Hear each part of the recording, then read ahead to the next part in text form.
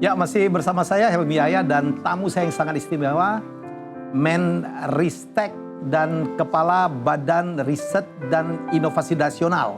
Suatu badan yang kita harapin betul melahirkan inovasi-inovasi. Terutama sekarang prioriti kita adalah cepat bisa menghasilkan vaksin ya untuk mencegah atau mengurangi penderita COVID-19. Wah, ini enak juga nih Pak Bang. Iya. Wih. Ayo Pak, ayo Pak. Ya. Ada avokado. Sehat. Ingat di Amerika ya, orang Amerika senang banget dengan avokado ya. Meksiko terutama. Iya. Karena memang diekspornya juga memang dari, diimpornya dari Meksiko ya Pak. Dan sayuran Meksiko pasti ada itunya. Ada avokado. Guacamole kan? Oke. Baik, Pak Menteri, izinkan saya untuk memainkan satu game yang sangat khas di After Hours with Helmi. Oke, pemirsa kita masuk inilah babak rapid test. Pak Bang ada 3 pertanyaan, hanya milih A dan B. Jangan terlalu tegang. Iya, iya. Bapak udah dokter lah, saya tidak akan menguji Urbana Champagne ya. Ada 2 pilihan yang Bapak harus pilih, ya santai aja Pak. Ya tinggal pilih A atau B. Oke, inilah pertanyaan pertama. Wanita Amerika atau wanita Rusia? B. Nanti dulu kita bahas ya Pak. Jadi Bapak pilih wanita Rusia? Iya, iya. Oke. Pakai batik atau pakai jas? Pakai batik. Pakai batik. Jangan dijawab dulu. Iya. Dan yang ketiga, Satrio Brojonegoro atau Bambang Brojonegoro? Wah. Ya pasti Bambang Brojonegoro ya, saya sendiri. Oke, kita akan bahas setelah yang berikut ini dan inilah akhir dari rapid test. Kita akan bahas satu persatu. Kaget ya Pak dengan pertanyaan saya. Saya kira pertanyaan ini pengetahuan umum. Enggak lah, mana berani saya. Lulusan dari PhD Karena saya Urbana suka Champagne. dulu ngikutin gamenya Tantowi. Oh, Tanto, Who Wants to Be a Millionaire? Ya, itu menarik benar. Pak, kenapa memilih wanita Rusia daripada wanita Amerika? Bapak kan cukup lama di Amerika, 6 tahun ya? 6 tahun ya 6 di tahun. Amerika. Oke. Ya kebetulan karena istri saya separuh Rusia. Oh, jadi nggak berani ya, takut pulang ke rumah ya? Ibu ada di sini lagi. Tuh dia langsung, begini. Oh, ibu jadi Rusia? Separuh Rusia. Ketemu di mana Pak? Di di kampus di UI. Oh, dia di UI juga? Kebetulan adik kelas. Adik kelas, ya. Warga negara Indonesia? Oh iya. Ya. Dari Separuh dari ini, separuh Rusia ya? Ya, ibunya yang dari Rusia. Bapaknya? Ayahnya dari Nias, dari Orang Nias? suku Nias. Ya. Wah, unik sekali ya. Karena mereka ketemu dulu zaman sekolah di zaman Rusia tahun 60-an. Ya. Oh, dulu banyak ya yang dikirim Ya, ya siswa dari ke Indonesia. Rusia. Oke. Sebenarnya waktu itu dikirim, yang menarik ini dalam rangka untuk memperkuat teknologi di Indonesia. Oke. Ya, siswa itu. Ya, saya tahu. Ada beberapa saudara saya juga dikirim. Ya. Ya, Pak, kenapa sih Bapak kok ngotot terus pakai batik? Ya mungkin karena nyaman ya. Terus kedua, memang saya tuh punya obsesi. Batik itu harusnya benar-benar bisa menjadi identitas kita. Oke. Dalam setiap acara gitu. Ya. Maksudnya tidak peduli apakah itu acara yang resmi atau acara yang formal, informal. Ya.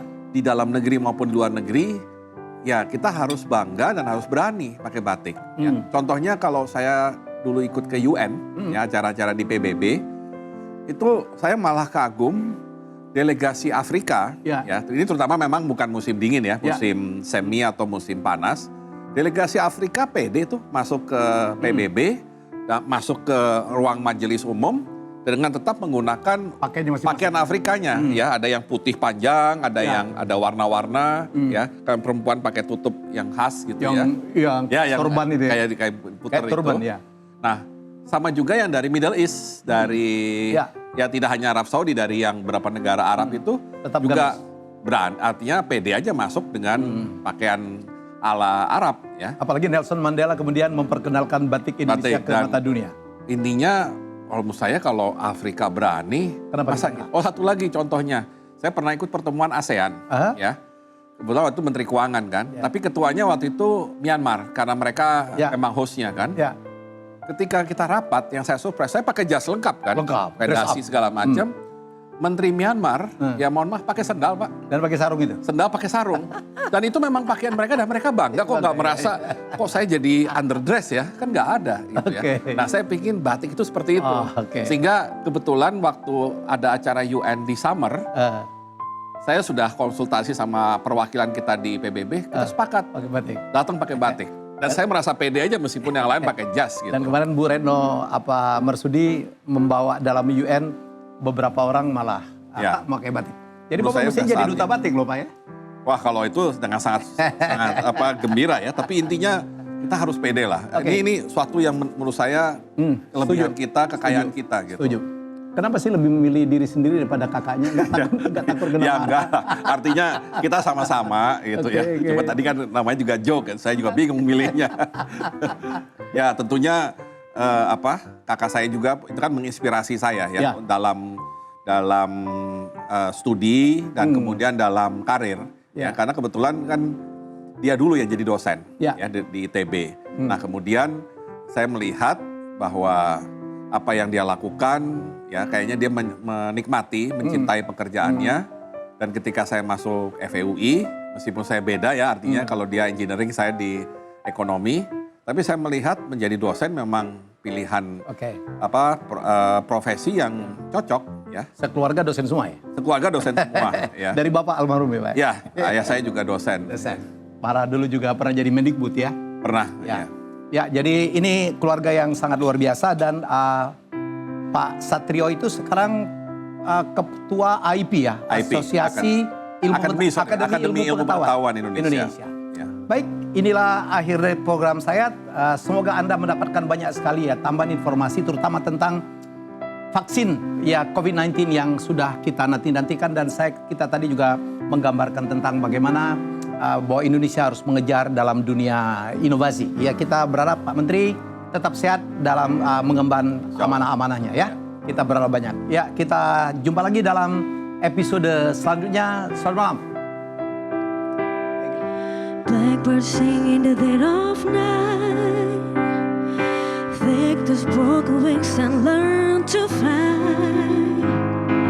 All your life, you were only waiting for this moment to arise.